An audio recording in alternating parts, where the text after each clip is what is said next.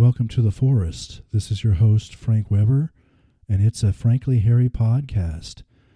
Thank you for being with me once again today. I'm so glad that you can make it. I hope that you're telling your family and friends about me and this show, and just so thankful that you're here with me once again.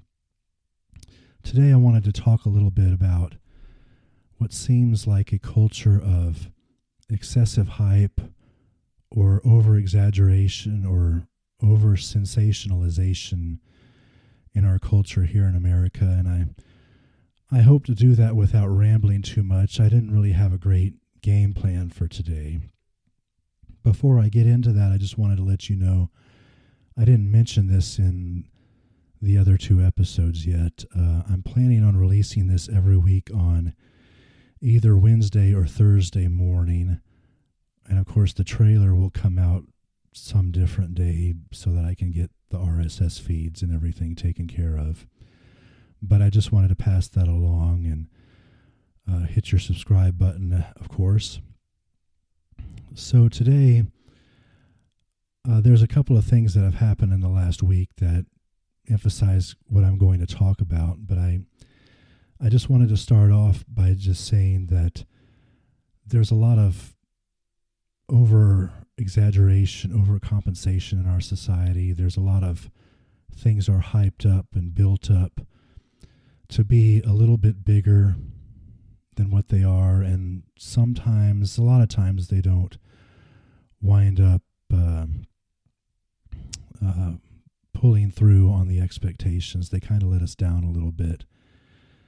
I'm always reminded every year in the U.S., and of course it's on TV all over the world nowadays too, is the Super Bowl, the championship game of the NFL.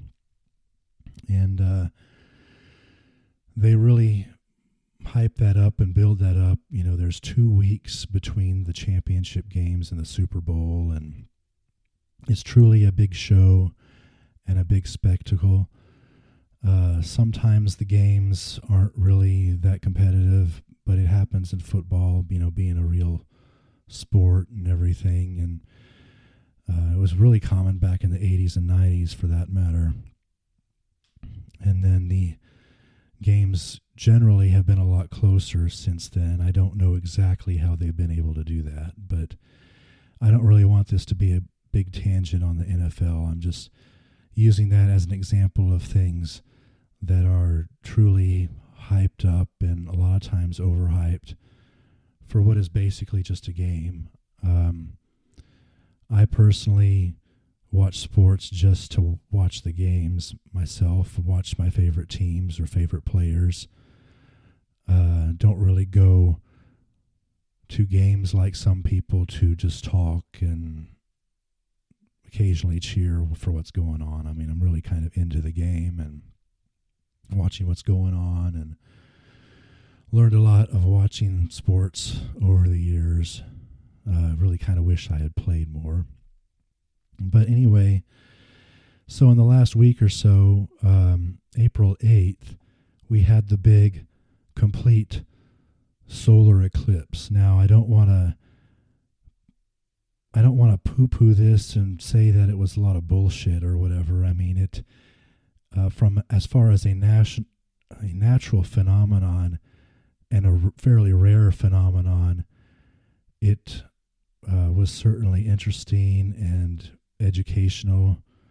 My wife was actually here at home with me that day. She was sick, and we watched it as much as we could. It was only 84% here in the Texas Panhandle, but it is a truly act of Mother Nature, act of God, however you want to describe it, and it was interesting. But the build-up to it just seemed crazy nuts to me. You know, and you read the media coverage, you had TV news on in the middle of the day. They were on for 2-3 hours,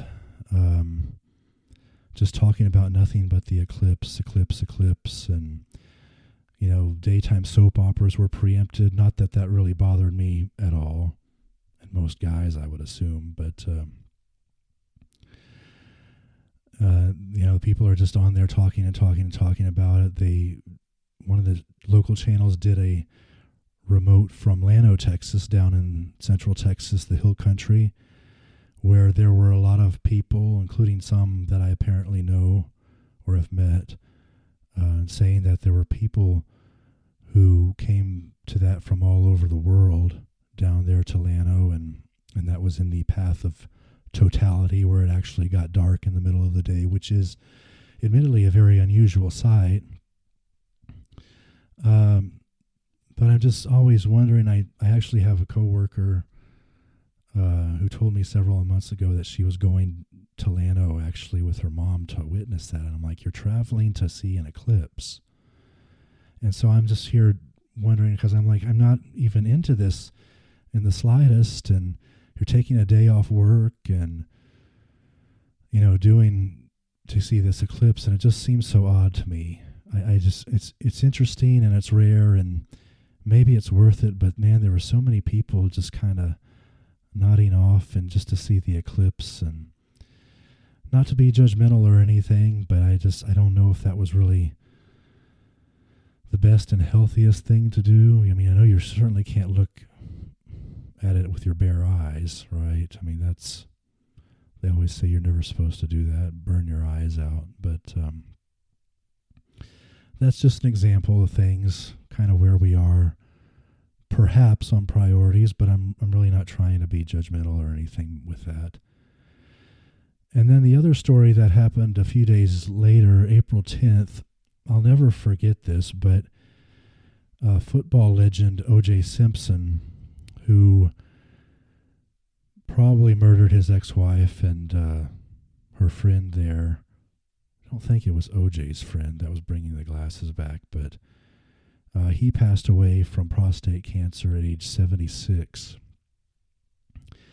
And I'll never forget that incident in the 90s, 1994. I think it was June of 94. And so what we had known about OJ, and some other people I know have commented on this as well, but OJ was a great football player, great football commentator, I guess a pretty decent actor. Remember him mostly from the Naked Gun movies. He was in all three of those and did a fantastic job. He kind of had a tough childhood outside of San Francisco and used sports, particularly football, to kind of climb out of it. And he was not only a great football player and the all-time leading rusher for a time, but he had a good look to him and was well-spoken. And so there's a Friday night in June of 94 when he takes off in the Bronco with his friend Al Callings, and it surprised everybody. I remember being kind of pissed off at the media coverage because it seemed so excessive at the time. That night, I believe the Rockets were in the NBA Finals, and this is back when the NBA was still kind of interesting to watch. And when I was living in Austin, we would gravitate to whichever team wound up being in the finals. And I think they were playing the Knicks that year, if I'm not mistaken. But anyway, they actually preempted part of the game to follow this crazy chase. And I threw a fit, and it was really, just like, this is ridiculous. Why are they covering this? And apparently they're covering it because it was weird to think that he actually wound up killing his ex-wife and this friend. And then, of course, the trial for the next year or so, a little bit more than a year, I think it was on all the time, and all this stuff about jury selection and all the lawyers and the judge that was involved there, Judge Ito. And crazy, the evidence all pointed to the fact, or to what seemed like he did it, but they acquitted him criminally and then somehow found him guilty in the civil case and owed a lot of people a lot of money that I guess he never paid. And some years after that, like 2007, he got trouble in Las Vegas for some memorabilia thing, or stealing memorabilia or armed robbery or something, and actually went to jail for that.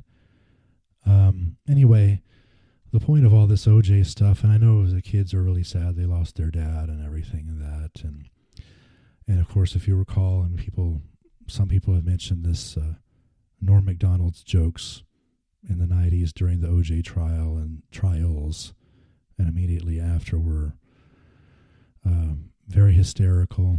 I just wanted to comment on them real quick. I reviewed them over the weekend. They were written, but they had a very funny simplicity to them, almost kind of like a schoolyard humor. But I thought, but they were just terrific, and we really miss Norm and that humor. But anyway, I just remember all the hype and craziness surrounding that, and why the media and others had to play so much on him. And this, he seemed like a decent guy who went bad, but there had been kind of a history of other things before, and I don't know, it was head spinning then, as it is now.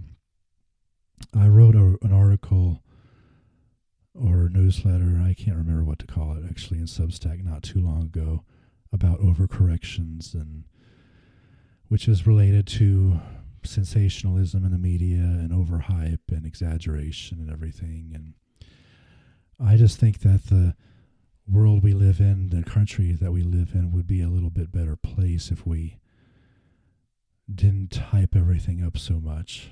But then I kind of wonder, it seems like we have to hype things up sometimes to get people to buy or to watch something. Just like I said last time when I suggested maybe I should do my podcast shirtless one day with the video on or something like that whenever I do video. But that would be a way to hype this thing up. Just like my catchphrase, I was thinking about Wake Forest for some reason. My catchphrase, welcome to the forest. That's kind of a way to hype up this show, I guess you could say. But life would be easier, simpler, less stressful if we could just tone things down a little, kind of look at things for how they really are and not try to expect too much from them, I guess. So anyway, wow, look at that counter. We're well over 12 minutes already. So I'm going to sign off here.